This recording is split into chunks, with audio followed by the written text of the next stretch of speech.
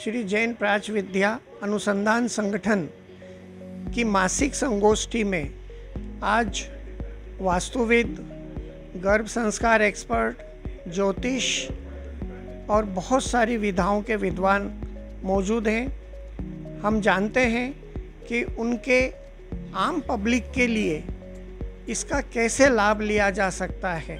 हम उनके विचार जानने के लिए यहाँ आज उपस्थित हुए हैं।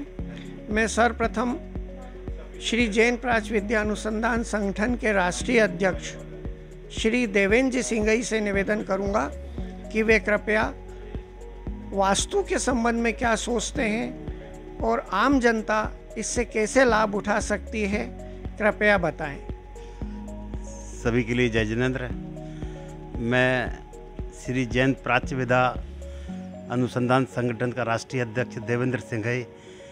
हमारी सेवाएं इंदौर और दिल्ली में सतत 25 सालों से हम सेवाएं दे रहे हैं। वास्तु विधा के बारे में अभी तक का अनुभव में मैंने एक चीज़ देखी है।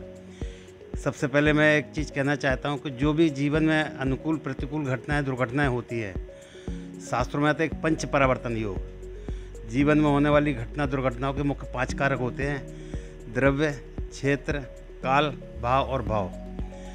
जब व्यक्तिगत बात होती है तो स्वद्रव्य, स्वक्षेत्र, स्वकाल, स्वभाव और स्वभाव पंच परावर्तन योग माना जाता है। इसमें द्रव्य, स्वद्रव्य क्या होता है? नाम, गोत्र, खान पान, संस्कार, रीति रिवाज, परंपराएं, पारिवारिक परिवेश, एजुकेशन, लिक्विड मनी।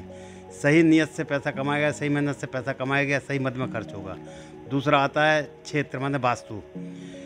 वास्तु इतना बृहद विषय है, इसके ऊपर हजारों ग्रंथ लिखे गए, हजारों ऋषि मुनियों ने इस पर दिया हुआ है। इसको शॉर्ट में मैं बताऊंगा कि वास्तु एक्चुअल में है क्या चीज़। तीसरा कारक है द्रव्य, क्षेत्र, काल, माने ग्रह राशि की अनुकूल प्रतिकूलता है। इन तीनों के योग से जो स्वभाव बनता है, कर्म बनता है, प्रकृति बनती है। और पांचवा है स्वभाव, माने प्रारब्ध। इस क्षण से बीता हुआ अनंत अनंत समय का लेखा जोखा, ये पंच परावर्तन योग माने जाते हैं। इसमें वास्तु दूसरा कारक जो प्रत्यक्ष में दिखाई देता है, इस पर भरोसा करना चाहिए। प्रत्यक्ष में दिखाई देता है, इस पर प्रतिक्रिया करना चाहिए, इसका समाधान कर लेना चाहिए। अब रहा सवाल वास्तु। वास्तुशास्त्र देखा गया है कि अपने जीवन में जो रहन सहन होता है, आवास निवास होता है, खान पान होता है, रीति रिवाज होती है, परंपराएं होती हैं, वो जीवन के लिए अमूल्य मानी जाती हैं। और उसी से वास्तु से प्रेरित होकर अपनी घटनाएं दुर्घटनाएं देखी गई हैं। वास्तु शब्द के साथ में मैं कहना चाहता हूँ कि वास्तु से कैसे लाभ लिया जाए या इसके दुष्प्रभाव से कैसे बचा जाए, इसके ऊपर मैं स्पष्ट करना चाहता हूँ।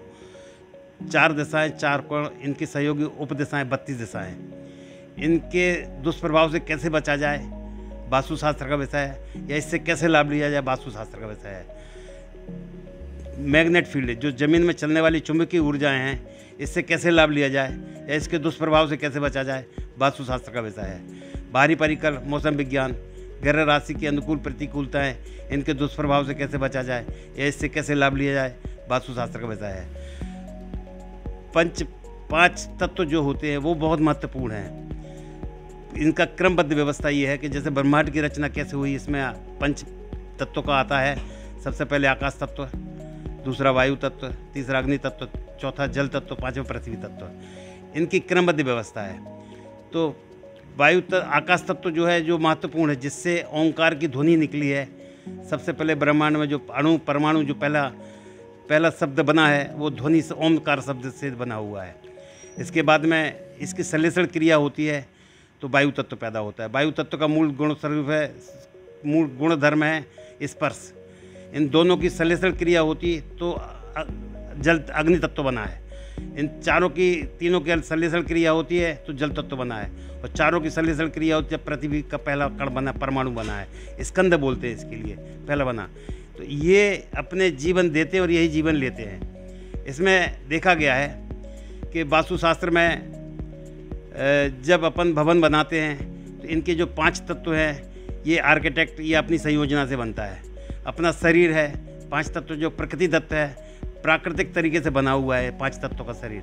ऐसे ब्रह्मांड की रचना भी 5 तत्वों से बनी हुई है। इन तीनों में तालमेल होना चाहिए, एक रूपता होनी चाहिए। शरीर की रचना, भवन का वास्तु और ब्रह्मांड का वास्तु, इन तीनों में एक रूपता होना चाहिए।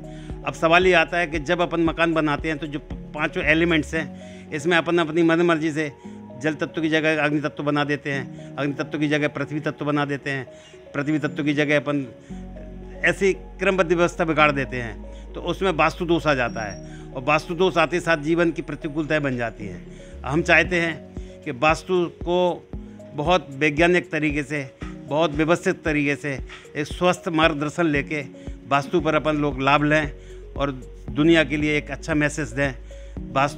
वास्तुशास्त्र एक वैज्ञानिक कारण है। धन्यवाद। बहुत बहुत धन्यवाद श्री सिंघई जी। आपने वास्तु का बहुत ही गहन अध्ययन करके हमारे दर्शकों को और श्रोताओं को बताया।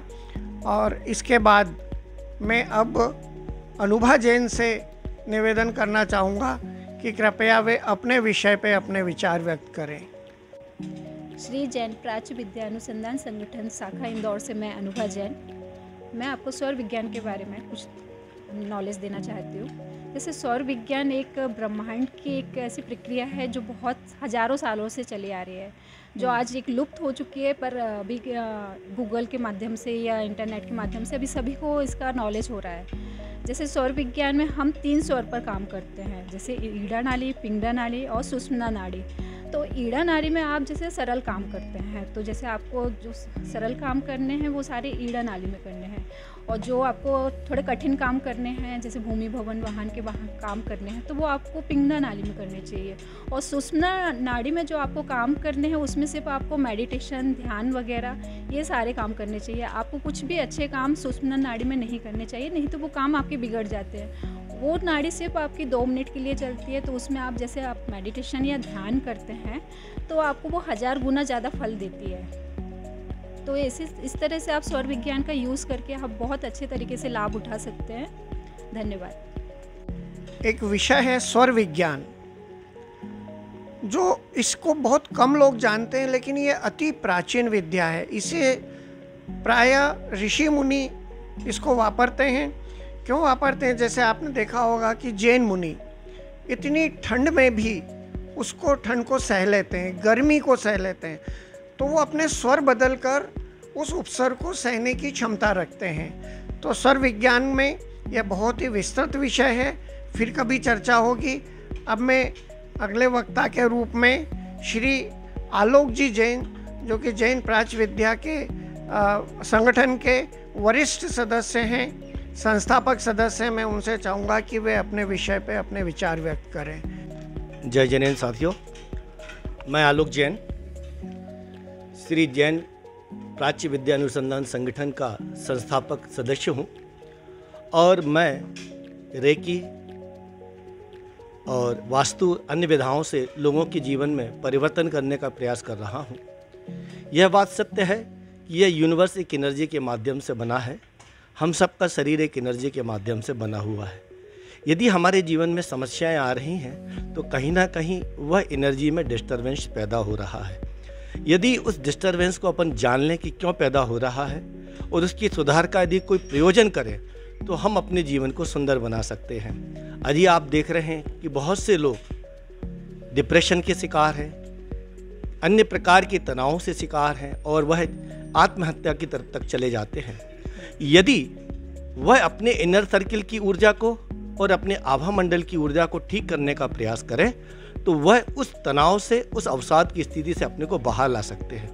तो रेकी ऊर्जा एक ऐसी ऊर्जा है कि जो यूनिवर्सल पावर की ऊर्जा है, वह यदि किसी व्यक्ति में इंजेक्ट की जाती है, कोई व्यक्ति उसे रिसीव करता है, तो वह अपनी आंतरिक ऊर्जा को, अपने आभा मंडल को ठीक कर सकता है। मैं रेकी विशेषज्ञ के तहत वह ऊर्जा उन व्यक्तियों में इंजेक्ट करता हूँ और उनके अंदर के तनाव को, उनके अवसाद को मैं समाप्त करता हूं और वह अपने आप को लाभान्वित महसूस करते हैं। तो यह एक ऐसी विशिष्ट ऊर्जा है जो आपके जीवन में आमूल चूल परिवर्तन कर सकती हैं, आपके तनाव को दूर कर सकते हैं, आपके अवसाद को दूर कर सकते हैं। और ऐसे लक्ष्य जो आप हासिल नहीं कर पा रहे, कुछ बच्चे हैं जो पढ़ नहीं पा रहे, कॉन्सेंट्रेट नहीं कर पा रहे हैं, तनाव से ग्रस्त हैं, उनको एग्ज़ाम का प्रेशर है, तो वह प्रेशर भी इस ऊर्जा के माध्यम से दूर किया जा सकता है। व्यवसायिक तनाव है, पारिवारिक तनाव है, पति पत्नी के बीच में तनाव है, रिलेशन में तनाव है, उन सब को आप ऊर्जा के माध्यम से ठीक कर सकते हैं। तो यदि आप अपने जीवन में सुख समृद्धि चाहते हैं तो ऊर्जा की तरफ आएँ और अपने घर की और स्वयं की ऊर्जा को ठीक करें। सभी को वापस जय जिनेंद्र। तो आपने देखा श्री आलोक जी ने रेकी ऊर्जा के ऊपर अपने विचार व्यक्त किए। ये बहुत ही फलदायी विधा है। डॉक्टर मिकाऊ उसुई ने जापान के इन्होंने ये इस विधा का प्रतिपादन किया है और इसके द्वारा जो रेकी ऊर्जा देने वाले सदस्य होते हैं वो ब्रह्मांड से ऊर्जा को इकट्ठा करने की कला जानते हैं और वो जो भी ग्रसित व्यक्ति है उसको वो शिफ्ट करते हैं। ये बहुत ही अच्छी विद्या है और मैं आलोक जी का धन्यवाद देता हूँ। और अगले वक्ता के रूप में मैं श्रीमती प्रीति पाडलिया जी से निवेदन करता हूँ कि वे बहुत ही नया सब्जेक्ट है उस पर अपने विचार व्यक्त करें। श्रीमती प्रीति पाडलिया। जय जिनेंद्र। जैन प्राच्य विद्या अनुसंधान संगठन के सभी सदस्यों को जय जिनेंद्र। मैं भी जैन प्राच्य विद्या अनुसंधान संगठन की सदस्य हूँ। मैं ज्योतिष, वास्तु दोनों की एक्सपर्ट और साथ में अरम गर्भ संस्कार की टीचर हूँ। मैं आज के युग में जैसे सिंघई अंकल ने बोला, जैसा आलोक सर ने बोला कि जो चुंबकीय शक्ति हमारे वास्तु को इफ़ेक्ट करती है, जहाँ व्यक्ति रहता है उसे इफ़ेक्ट करती है, वैसे ही रेकी शक्ति से भी लोगों की तकलीफ़ों को दूर करते हैं। उसी तरीके से यही चुंबकीय शक्ति इंसान के मन और दिमाग को चेंज करती है। उसी तरीके से गर्भ संस्कार भी एक ऐसी शक्ति देती है जीव को जो गर्भ में ही व्यक्ति के प्रारब्ध को चेंज करने की शक्ति रखती है। जो जीवन में आने वाले चीज़ें हैं उन्हें पेशेंसफुली हैंडल करने की पावर देती है। व्यक्ति में वो ऊर्जा जागृत करती है जिससे वो हर जगह अपने आप को सर्वश्रेष्ठ सिद्ध कर सके।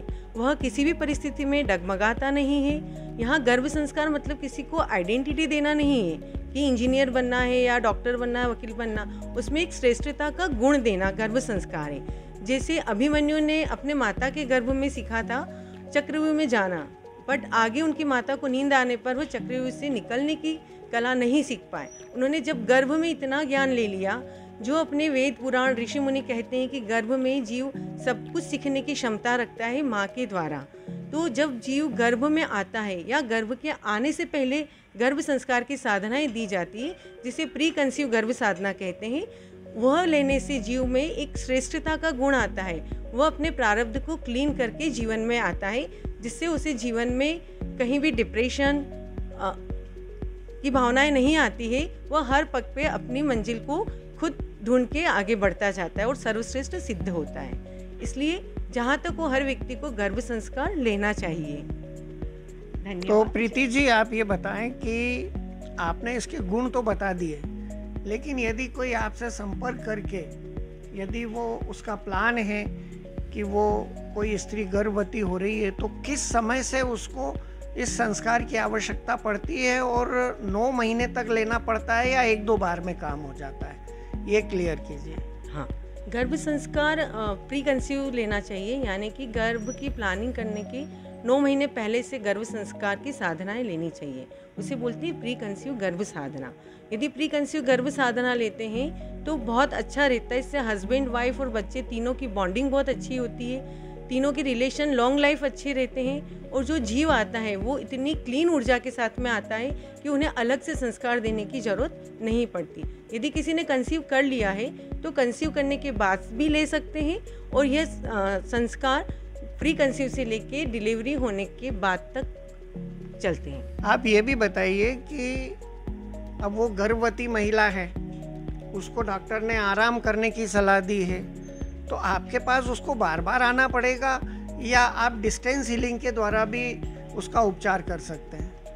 हाँ, यहाँ ऑनलाइन क्लासेस भी रहती है जिन्हें हम कंसल्ट करने के बाद में हम डेली ऑनलाइन अपडेट क्लासेस लेते हैं, उन्हें साधनाएं करवाते हैं, जिससे उन्हें रोज़ रोज़ आने जाने की दिक्कत ना हो, उनके स्वास्थ्य में उन्हें दिक्कत ना आए।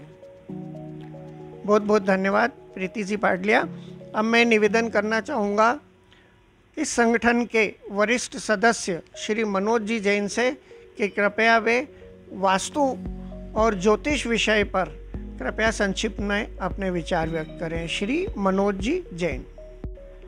दोस्तों नमस्कार, मैं मनोज जैन, वास्तुविद ज्योतिष आचार्य। विगत 15 वर्षों से इस क्षेत्र में कार्य कर रहा हूँ। मैं समस्याओं के समाधान पर कार्य करता हूँ। मैं डायरेक्ट प्रैक्टिकल की बात करूं मैं कि जब भी वास्तु के संबंधी क्लाइंट आते हैं मेरे पास या ज्योतिष संबंधी क्लाइंट आते हैं तो मैं उनकी समस्या के आधार पर उनको निवारण करता हूं। अगर आप बोलें कि मेरे यहाँ पैसा नहीं रुक रहा है, मेरे यहाँ व्यापार नहीं चल रहा है, या आप बोले मुझे कर्जे में जा रहा हूँ, मैं डायरेक्ट उसके घर में पहुँच जाता हूँ। मैं बोलता हूँ आपके यहाँ किचन कहाँ पर है, वो बोलता है यदि नॉर्थ वेस्ट में, बोलूँ कौन सा पत्थर लगा है। तो इसके आधार पर मैं उसकी वास्तु उनके विचारों के आधार पर पकड़ लेता हूँ और उनको सही ट्रीटमेंट देता हूँ। कुंडली के द्वारा निरीक्षण करके कौन सा तत्व, कौन सा कलर, कौन सी थेरेपी, कौन सा रत्न पहनना है, मतलब अपना काम है सीधा डायरेक्ट प्रैक्टिकल के काम कराना, जिससे व्यक्ति स्वस्थ हो जाए, प्रसन्न हो, हैप्पी रहे, सकारात्मक रहे, उस पर हम कार्य कर रहे हैं। धन्यवाद, नमस्कार। जय जैन साथियों, आज जैन प्राच्य विद्या अनुसंधान संगठन की संगोष्ठी इंदौर की प्रतिष्ठित अप्सरा कैफे में रखा गया और इस संगोष्ठी को कवर करने के लिए सन्मति वाणी न्यूज़ चैनल के प्रधान संपादक श्री MK जैन साहब आए और उन्होंने इस संगोष्ठी से कुछ रस निकालकर आप लोगों तक पहुंचाने का प्रयास किया कि वह आपकी जीवन उपयोगी चीज़ें आप तक पहुंचा सकें, आप उनका लाभ ले सकें। यदि यह आपको अच्छा लगा तो ज़रूर सन्मति वाणी न्यूज़ चैनल को सब्सक्राइब करें, लाइक करें और अपने कमेंट बॉक्स में अपना कमेंट जरूर लिखें। सबके लिए एक बार पुनः धन्यवाद। बहुत बहुत धन्यवाद आलोक जी। सन्मति वाणी न्यूज़ चैनल से आप हमेशा जुड़े रहिए और इसी प्रकार की संगोष्ठी आदि, ज्ञान की बातें, तीर्थ दर्शन आदि के कार्यक्रम हम आप तक पहुंचाते रहेंगे। सभी को सादर जय जिनेंद्र, बहुत बहुत धन्यवाद।